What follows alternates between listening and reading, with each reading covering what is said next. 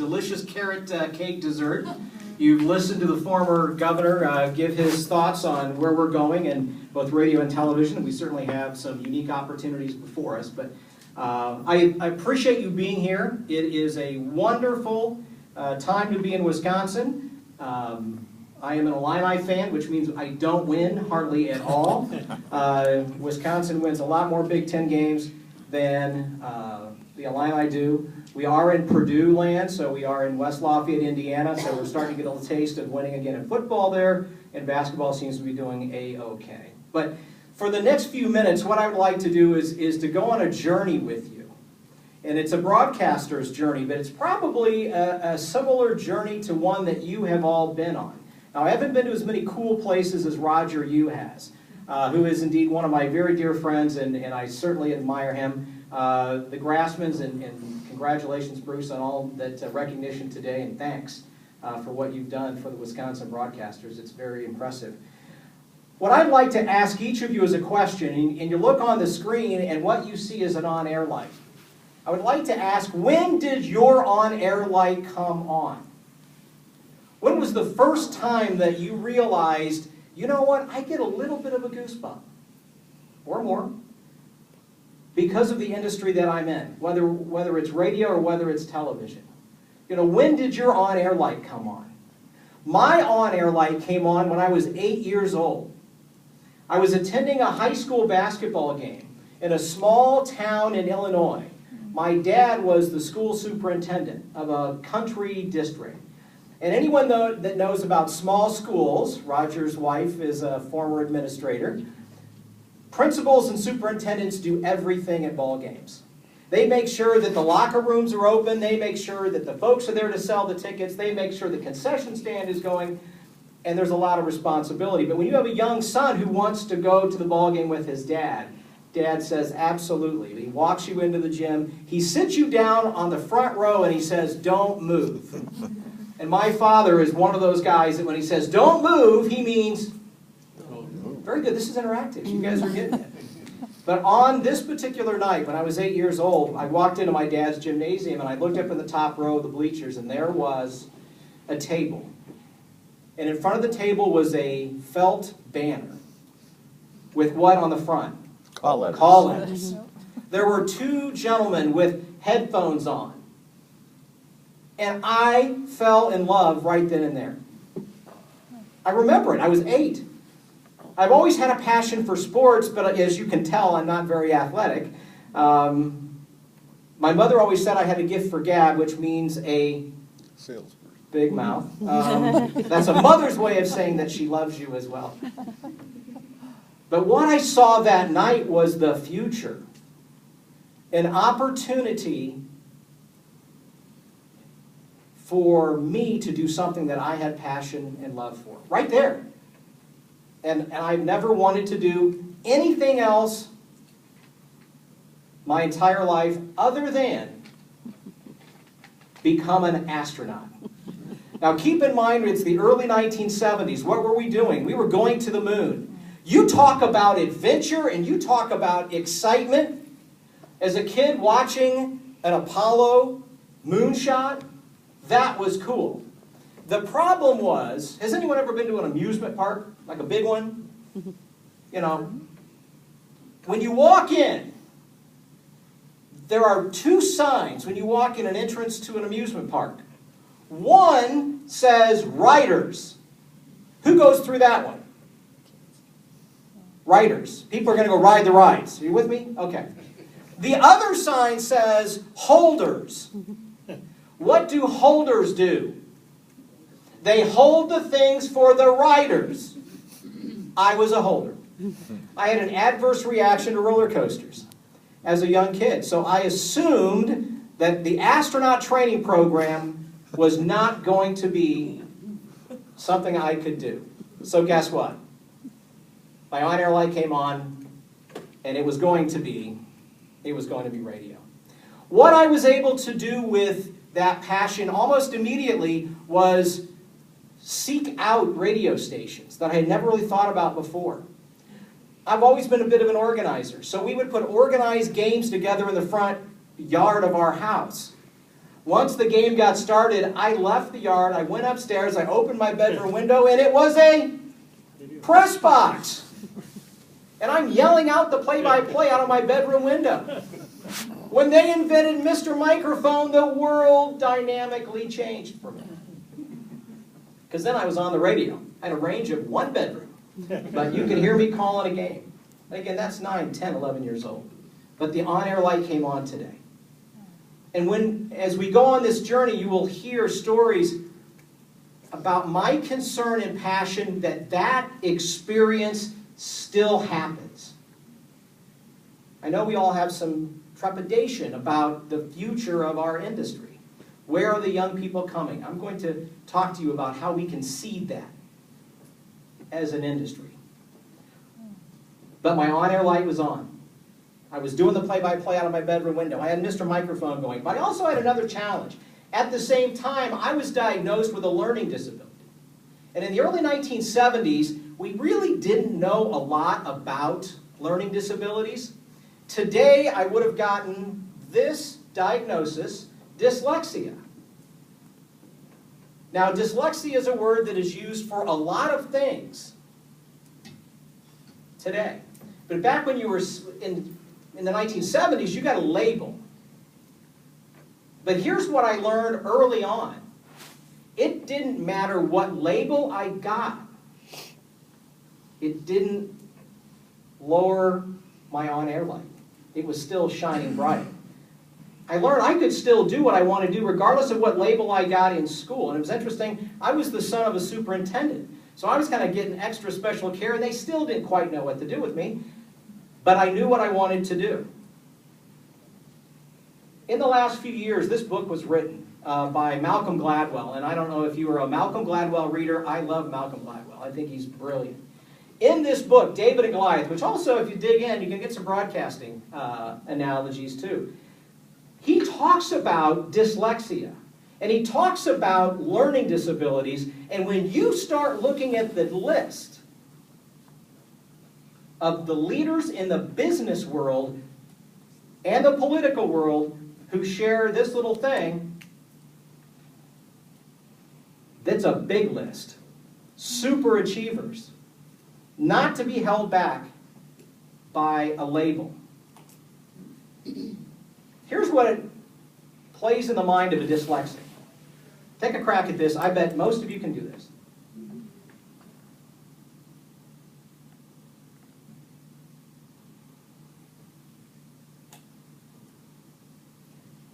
You get the first letter, you get the last letter, and your brain has the ability to put it all together.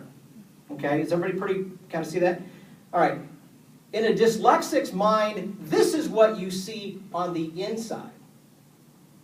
So as you try to process information, this is what you see. It also works the same way with numbers, which can be very exciting as you go to I'm giving our financial report for our company on Monday. They love the dyslexics report. Everything is good. No. But what this was for me, aside from my children, my wife, and my granddaughter, the greatest gift I've ever received. Because as a young kid with a passion and a dream, I had to find a way to get around that. And I always considered it to be my unfair advantage. It's my secret weapon as an adult. And the dyslexia sits behind here, and it drives me and it motivates me. I do not have a college education. I went straight into the world of work because I knew what I could do. I also knew what I couldn't do. So I was going to focus on what I could do. And thanks to radio, many blessings have fallen. It's been great. One of the reasons I'm so passionate about this industry is that. It's my secret weapon. I want to share it with other people. So I'm sharing it with you today. But there is something else that burns deep within me that is a part of who I am. March 4th is the name of this session. It is also my birthday. Oh, come on, beggar laughed at that. March 4th, it is the only command in the calendar. Think about it. To me, it's the greatest day in the calendar. I know some of you Star Wars people are all excited about May 4th. But March 4th, it is the only command in the calendar. And B positive is my blood type. I was born on March 4th. Thank you very much, in the back. And B positive is my blood type. And you know what? I've adopted that. That's who I am. That's who Mike Hulvey is. We live in Illinois, downstate Illinois. My wife Julie is here. We have 4 great kids, and the best granddaughter in the world, as Nancy said. I have gone way down. I used to be below the cats. Now I can't even find myself on my wife's list when our granddaughter Nora arrived on the scene. But our kids are all healthy, normal, and doing amazing things. In their 30s, some are married. Again, with a granddaughter, it's awesome. But what you see is my license plates. They're out in the parking lot. MFBP, March 4th, be positive. They all wouldn't fit in Illinois. We only get 8, so I'll go with that. And then the other image you see is the sign above the sales office in one of our markets. So every time our sales team leaves to go out to do great works in our community, what do they see? March 4th and be positive. Be positive. You're exactly right. I've long felt that your own attitude, your own disposition, your own inner voice will dictate your level of success. Does anyone disagree? No. So, March 4th and be positive.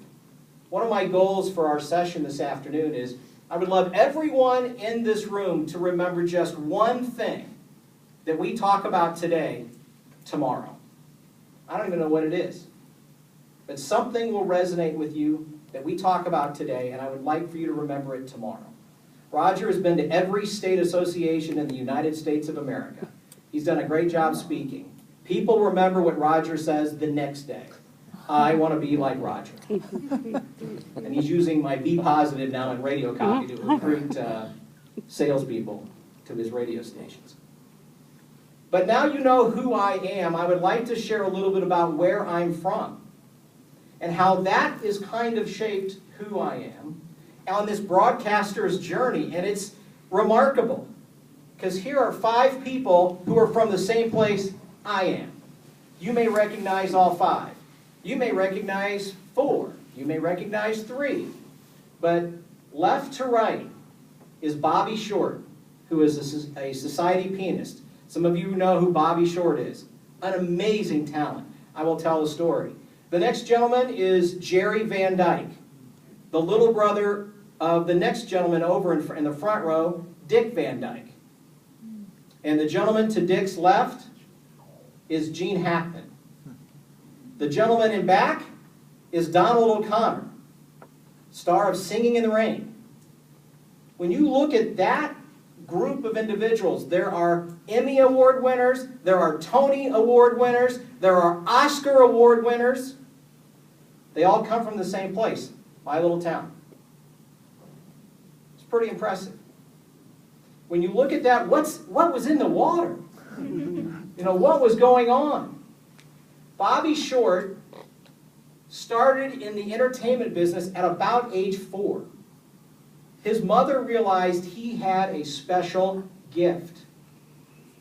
And at a time when it maybe was a little more difficult for a person of color to reach the highest levels, his mom said, that is not an issue.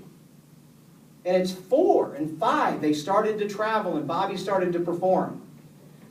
If you've ever heard of the Hotel Carlyle in New York City, Bobby had a permanent gig at the Hotel Carlyle. 30 plus years he was the act at the Hotel Carlyle in New York. Jerry Van Dyke just recently passed. We just lost Jerry. Now, for those of you that come from communities of about 30,000, and you have, does anyone have this many stars come from your town? Okay, it's weird. Julie and I would go to the Steak and Shake, and there's Jerry sitting at the Steak and Shake with some of his buddies in town. Roger was in our community about 15 years ago, and who was in the bar having a conversation with his buddies? Jerry Van Dyke. Jerry Van Dyke. Everybody thought I set it up. Wow, Mike threw a party and Jerry Van Dyke showed up. No, he just happened to be in town. He came in and he was just holding court with his friends. Interestingly enough, Jerry Van Dyke was inducted into the Danville High School Wall of Fame. As Nancy mentioned a month ago, I was so inducted, which was a great honor. The little dirty secret is Jerry didn't graduate from Danville High School. You see, Jerry was a troublemaker. Jerry was not normal. So Jerry got thrown out of Danville High School his junior year. He graduated from a little country school to the north of town. But Jerry always liked to party, a party, so he would always go to both reunions. He would always go to the Danville reunion and then he'd go to the little country school reunion. True story. Jerry never forgot where he came from. One of the secrets to Jerry Van Dyke was he always remembered he was from this little town. Moving to the back row, Donald O'Connor. Donald O'Connor was not born in Danville. His family is from Danville. He was born on the road. If you remember back and you think about history in the 1880s, 1890s, 1900, 1910s, there were things called vaudeville. So these traveling acts that would go all over the country. Donald O'Connor's family were vaudevillians. But where was his family from? They were from Danville, Illinois. That was home to him. So when he would come home to Danville, he was home. He never forgot where he was at, and he's passed in the last 15 years. Dick Van Dyke, probably the most famous of the bunch, is 94 years old, has never forgotten home, was home about a year ago for something special, is an amazing individual, and what you see with Dick Van Dyke is what he is. We, the Illinois Broadcasters Association, in 2016 inducted him into our Hall of Fame without his knowledge, which was great. Julie was there. We had the whole thing set up. We had a big evening plan for something else. It was a Dodge. And then I got up on stage and I told a story about a 16-year-old kid whose dream it was to get behind the microphone on WDAN radio when he was 16. In his mind, it was the greatest job he could ever possibly have. His words. That gentleman was Dick Van Dyke. Dick walked downtown, went to the manager's office, probably looked like Roger, and asked for a job. They gave him a job. He made $8 a week. Again, about what Roger's folks are making. And he still complains about it. And that was his first professional job. And the rest is history for Dick Van Dyke. The last is Gene Hackman. In my mind, the most talented of that bunch. 2 Oscars, Emmys. He is also a writer. And why I bring him into this in terms of where you come from, because his experience as a child and the experience of the Van Dykes could not have been any more different. The Van Dyke family, happy, fun, loving. Dick and Jerry's dad, his nickname was Cookie, and he sold bread at for a bakery, but they named him, his nickname was Cookie. And he was, and I never met him, he was passed before I long arrived on the scene, but those that I know that knew him said by far he was the funniest and the most engaging of either of the 2 boys, but he would never get up on a stage. Would never get up on a stage. But those 2 guys had a great upbringing. If I say the name James Lipton behind the Actors Studio, does that mean anything to the group, the TV show? For Lipton's 100th show, he waited to do his 100th with his favorite actor of all time, which was Gene Hackman. And if you've ever seen the show, he has like what looks like a TV tray, and it's full of blue cards. Is everybody with me on that? And then it's his research staff has done the work, and then as he interviews whoever it may be, and he's going through the information. This is on YouTube. So he gets to Gene, and I am paraphrasing it, but he said, August 15th, 1948, where are you? And Hackman starts to cry. And he said, I was playing in the park. And Lipton said, what happened? He said, I saw my dad for the last time. He left our family that day. So for Gene Hackman, this happy town isn't so happy. A different experience than the Van Dykes. Gene is still alive, lives in Santa Fe, New Mexico. He still has some family that lives in town, and he rarely ever comes back publicly. He'll slide in and slide out. But his experience of his hometown was much different than the Van Dykes. The Van Dykes loved where they were from. But this was all in the water. This is what I grew up with. Erica Farber from the RAB, for those of you that know Erica, she came to our community for the Wall of Fame induction, which was awesome. And this is the entrance to our radio station in Danville. That's the Alumni Association. Gene Hackman also worked at the radio station. Then was also a low-power TV station. So when you walk in, that's the way the guys looked when they worked there. It's pretty cool. That's our history. I'm very proud of that. Anyone from Danville will tell you about the Danville Stars. But I think it's interesting and it's important to know what goes on in those little towns. And how does that shape people? I want to share with you a few more people that also come from my town. It's a special place. Some of you won't think when I put this next slide up, it's very special. But this individual is also from my town. For those of you who know who Irving Azoff is, he may be the most powerful individual in Hollywood today. How many people here know Irving Azoff? Just raise your hand. Okay. Irving Azoff started a little group called the Eagles. Show of hands who've heard of the Eagles. Okay, very good. All hands should be up. Thank you. When Irving Azoff, he also ran a company called Ticketmaster. Also, he started a company called Live Nation. Oh, also, he did a wonderful movie that you might be interested, you may have watched as a youth, Fast Times at Ridgemont High. Urban Cowboy. GMR.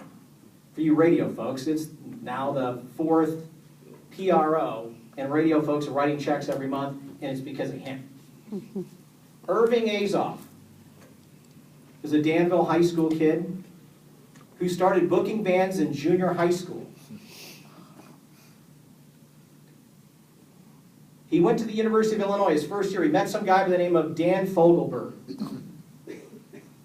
He quit Illinois and he took Dan Fogelberg to California with him.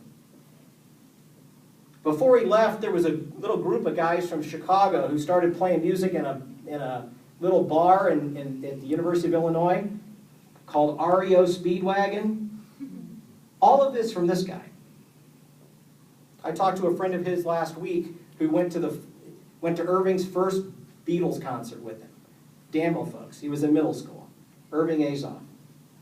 Maybe the most powerful person in Hollywood today.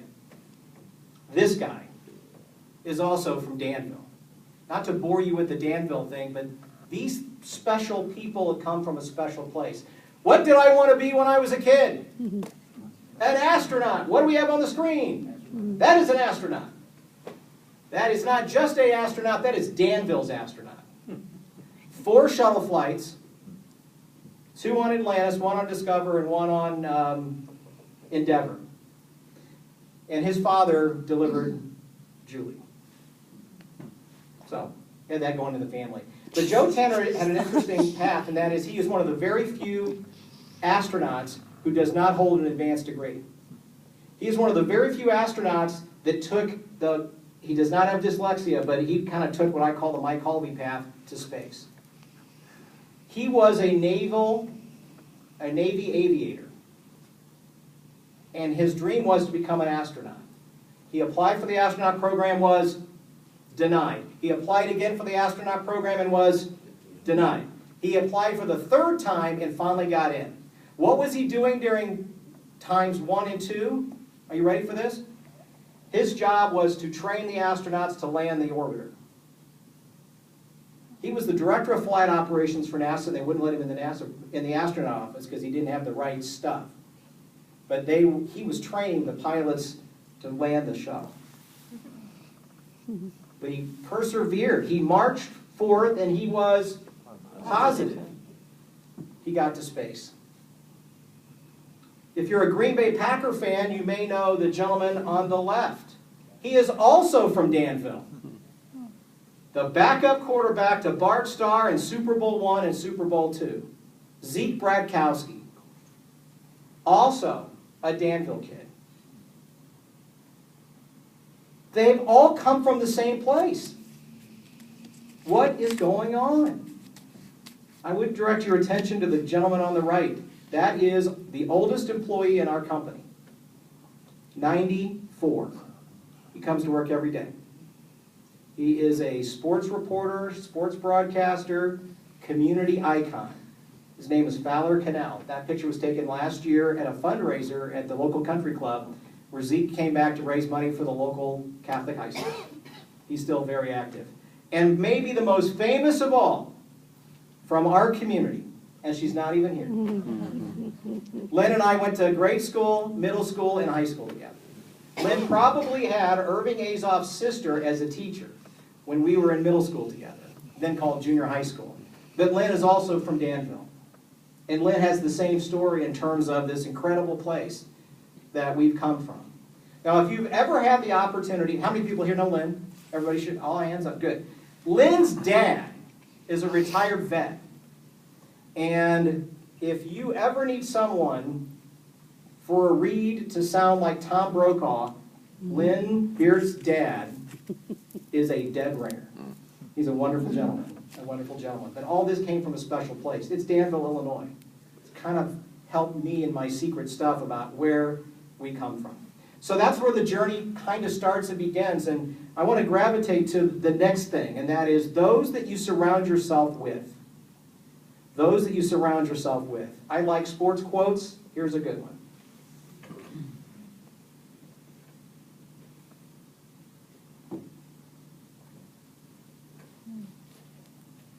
Coach Krzyzewski was giving the commencement address at Duke University last year, and this is what he told the graduates of Duke University. Good people will make you better. Surround yourself with great people. Welcome to Mike's Bus. How many people are familiar with the work of Jim Collins? Good to Great. All right. In the book Good to Great, Jim Collins talks a lot about having the right people on the bus, having the wrong people off the bus. But if you have the right people on your bus, make sure they're sitting in the right seats.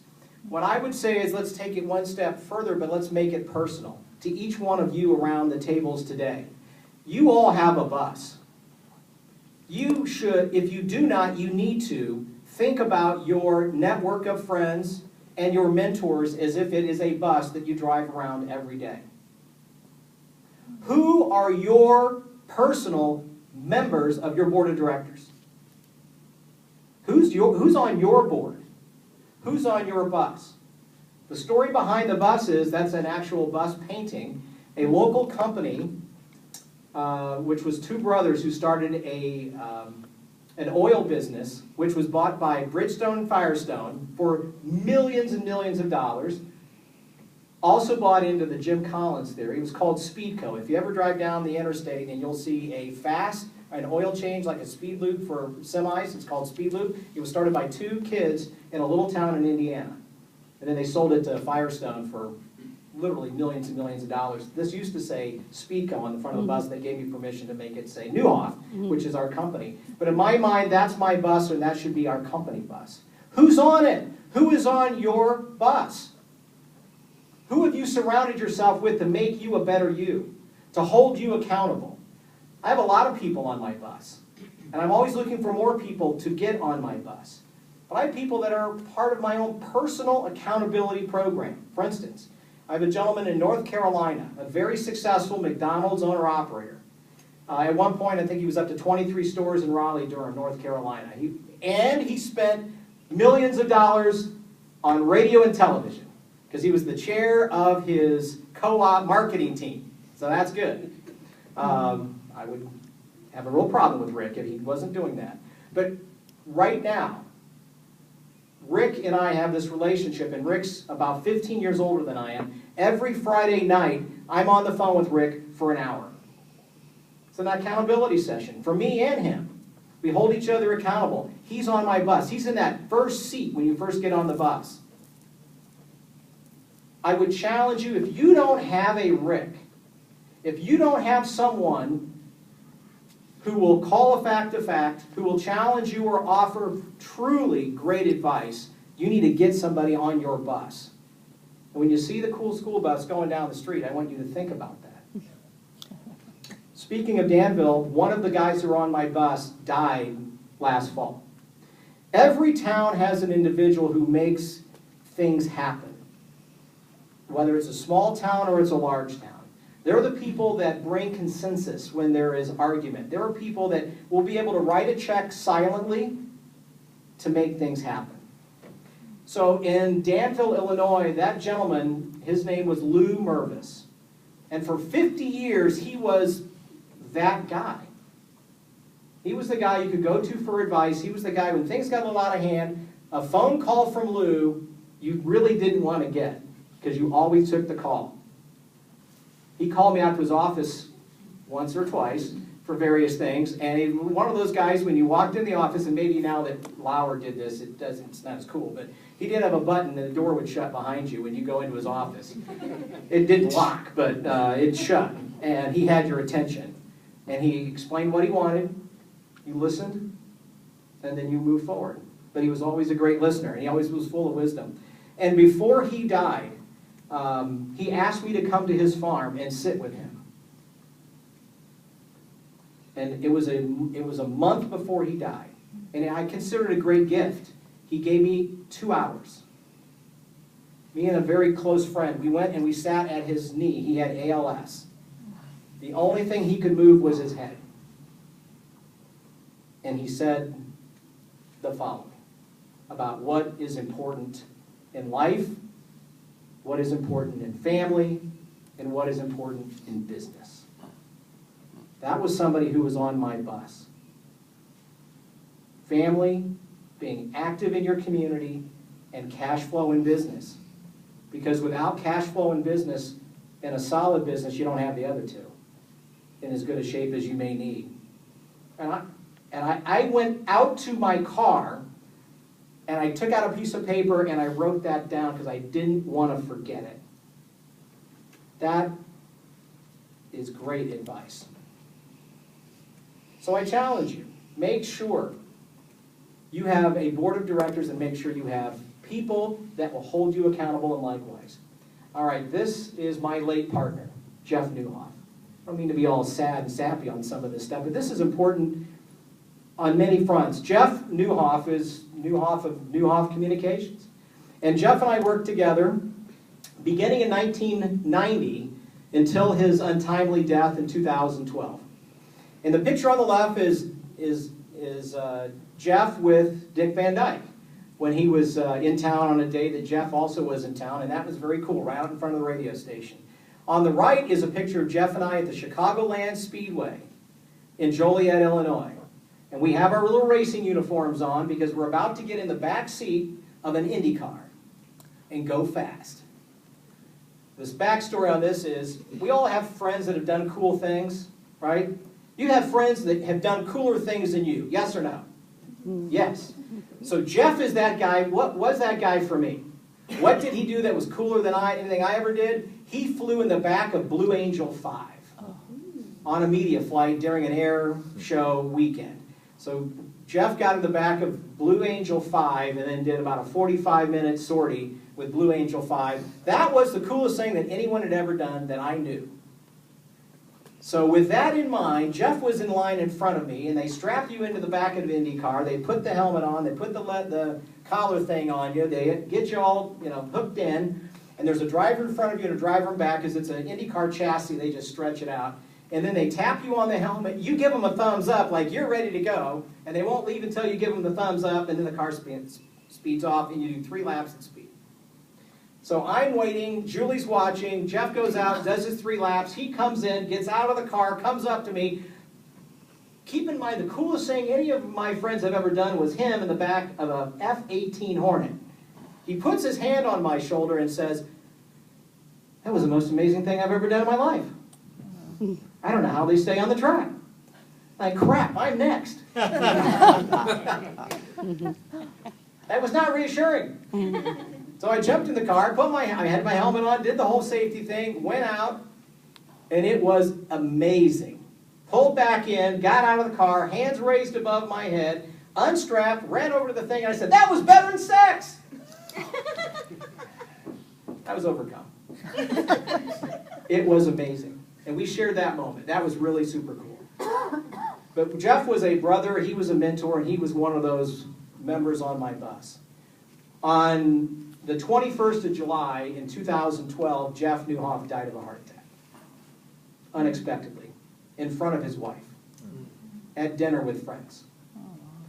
And this gets to the leadership piece. You're never prepared for that.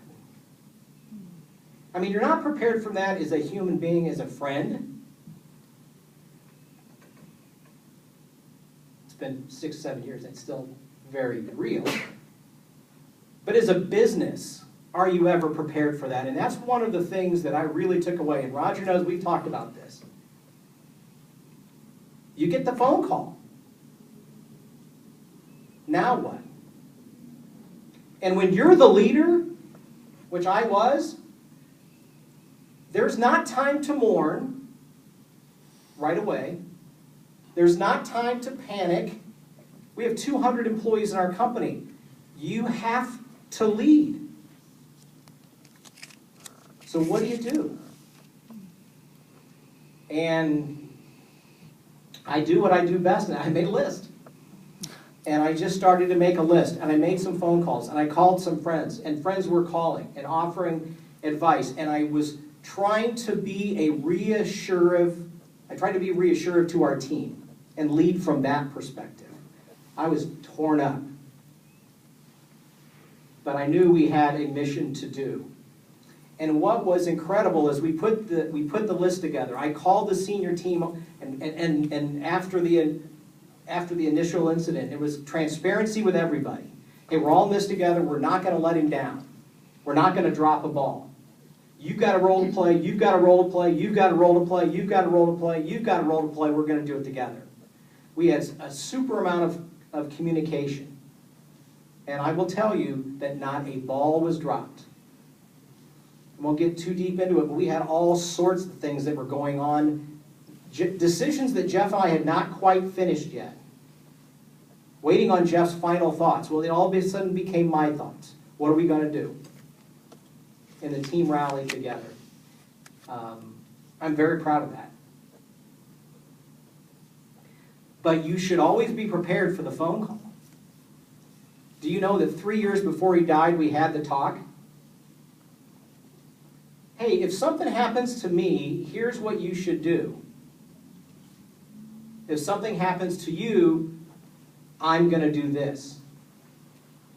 And I know it sounds weird, but that night on the phone when Beth told me what happened, the voice I heard in my head was Jeff from 3 years before. And guess what we did? We did exactly what we said we were going to do. Now, we didn't make an A, B, C priority. We knew what we were going. And I would encourage you, as one of the takeaways from here, is have that conversation with your team. Have a conversation with your family. This is something that we've talked about. Because it happened. A very cool thing the day of his funeral. He was buried on Martha's Vineyard, which is where his family's from. And all the senior team was gathered at this church in Edgartown. And at noon, at the time we had our radio stations and we also had television stations in Idaho. At noon, our stations went silent for a minute. How cool is that? That was the idea of the staff member. In memory of the man. So, it can happen. it can happen. So be prepared, have the conversation. So what happened afterwards? Well, along comes, and for those of you that know Beth Newhoff, along comes Beth Newhoff.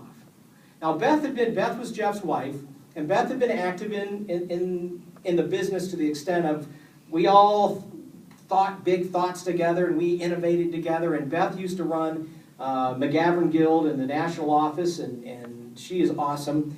But it took her a little bit to kind of get up to speed because Jeff's dad said, okay, you're in, you and Mike, go, which is what Jeff said. But you're in, go. Yes, you just buried your husband, but go. And the family has been in the business for 60 years. Go is a word that they like to use a lot. So Beth's like, oh my gosh, what are we going to do? So we're all in this together. In the Radio Inc. piece, I talked about this, and I said I knew we were going to be okay when we went from supporting Beth to trying to keep up with her. Because once she gets momentum going, look out. And she did a great job. So what is this? This is the core values of our company. This is where we went to after Jeff died. Media Made Locally was Jeff's idea. The Newhoff Inn was Jeff's idea. The things on the right were all contributions of our employees. What we did was, because Beth said, Mike, why do we do what we do? This is after Jeff's death. Why do we do what we do every day? Why do we treat customers the way we do? Why do we look at listeners like we do? What are we involved in the community and why? She's challenging. And the answer should not be because that's what we've always done, but it's like because that's the right thing to do. It's part of who we are. But it didn't say exactly why. So she said, let's ask everybody that works for us. So think about a giant funnel. And what we did was we asked every employee in the company, 200 people, why do you come to work every day? What's important to you? What is it that you're proud of by working with our company? What is it? Give me a short phrase or give me a word. And all this went into the funnel, and at the bottom of the funnel were these 4 words: grit, community, innovation, excellence. It's at the core of what we do in our company. Grit, stick with it. What our team did after Jeff's death is a perfect example of that. And so I'm going to give just a couple of examples of, in our company, and this is also some ideas to share, about our values and what we've done with it. This is community. These are a series of pictures from Decatur, Illinois. There's about 80,000 people in Decatur, Illinois.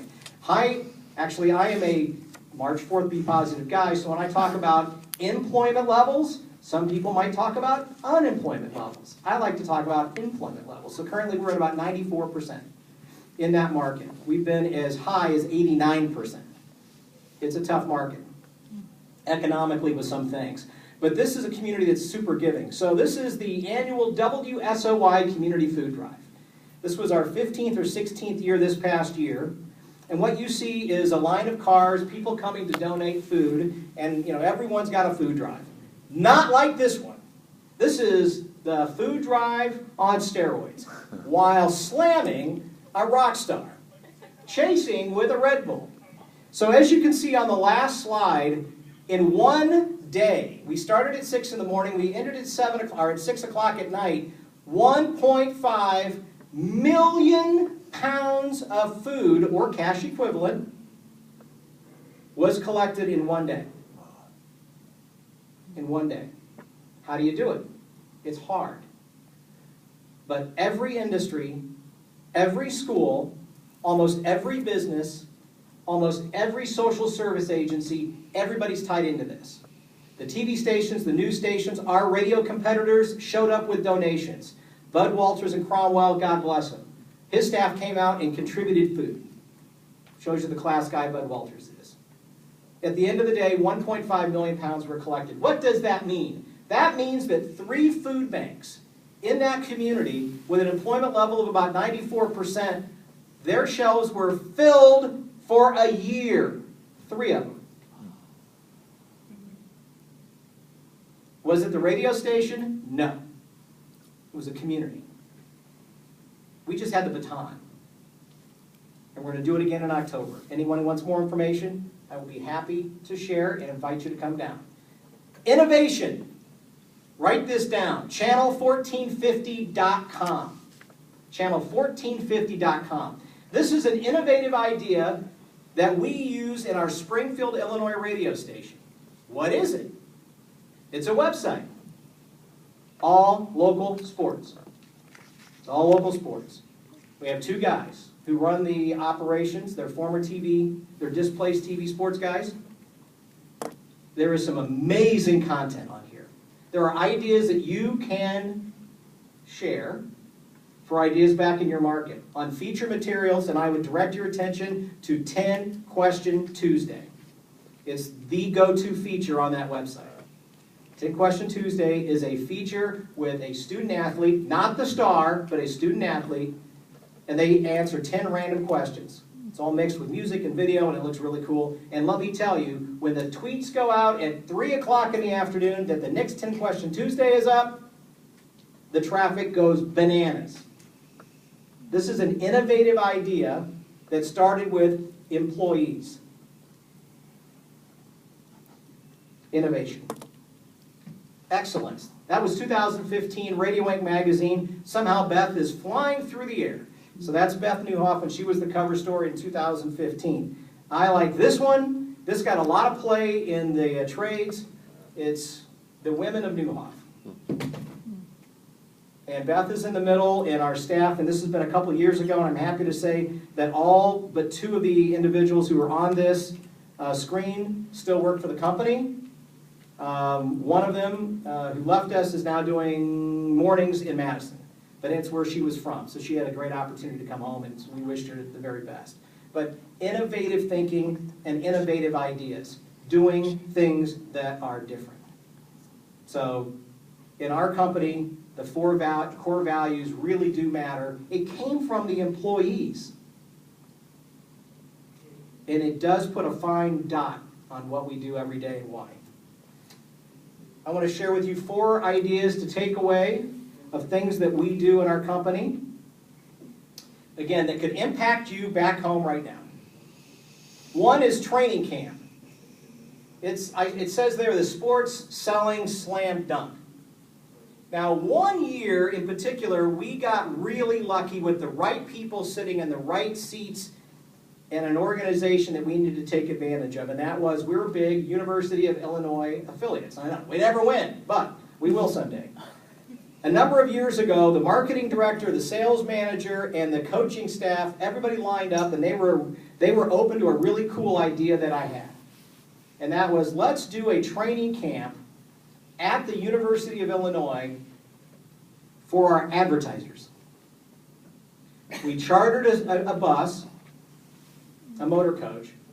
When our advertisers had to sign up, the idea being that they were going to get a contract before they got off that bus for their annual advertising commitments. But when they got to the radio station where we were leaving from, clients were issued orange t-shirts, staff and support were issued blue t-shirts. Go with me here. It's easier to identify someone wearing an orange t-shirt than a blue t-shirt. So we all go over to the University of Illinois. The bus pulls up and unloads at the football stadium. In the football stadium, next to the football field. There were staff at the university that were waiting for us. Some were interns who were also athletes. This is where it got a little dicey, perhaps. With the express instructions, you pay attention to people wearing orange shirts. Don't worry about the blue shirts. What we did was, with student athletes and their marketing staffs, we played punt, pass, and kick on the university field in teams. That's cool. Now, we did have an insurance agent who blew a hammy, and he still reminds me of that. But I said, you could have done it at home, and it was no big deal. You did that at Memorial Stadium. So we played a football game. We loaded back up on the bus. We went over to the athletic administration building, and I had one of the head coaches do a full-on leadership presentation to our guests. We then served them lunch. We then rolled out our annual sales plan. We then gave them a contract, but told them, don't sign it yet. We've still